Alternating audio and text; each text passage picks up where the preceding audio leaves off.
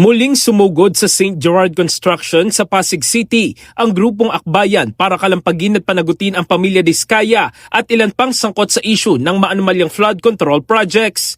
Ang ilan sa mga rallyista nakakostume na pangmulto at may mukha ng ilang kontraktor gaya ni Sara Diskaya at Mark Alan Arevalo na sumisimbolo sa Ghost Project. Nanawagan din sila ng accountability laban sa mga politiko na sangkot sa maanumalyang proyekto. Bilang bahagi naman ng seguridad, bantay sarado ng pulisya ang mga rallyista upang hindi na maulit pa ang nangyaring pambabato ng putik at pag-vandalize sa bahay ng mga Diskaya. Ayon sa Pasig City Police, naging mapayapa naman ang isinagawang kilos protesta. Samantala, nagkaroon naman ng batuhan sa ikinasang kilos protesta ng iba't ibang grupo sa harap ng kamera kasabay ng pagsalang sa budget briefing ng DPWH ngayong araw.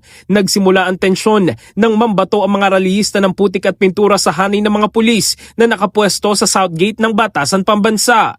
Iginigiit ng mga rallyista na ibalik ang mga ninakaw sa taong bayan at panagutin ang lahat ng mga tiwali.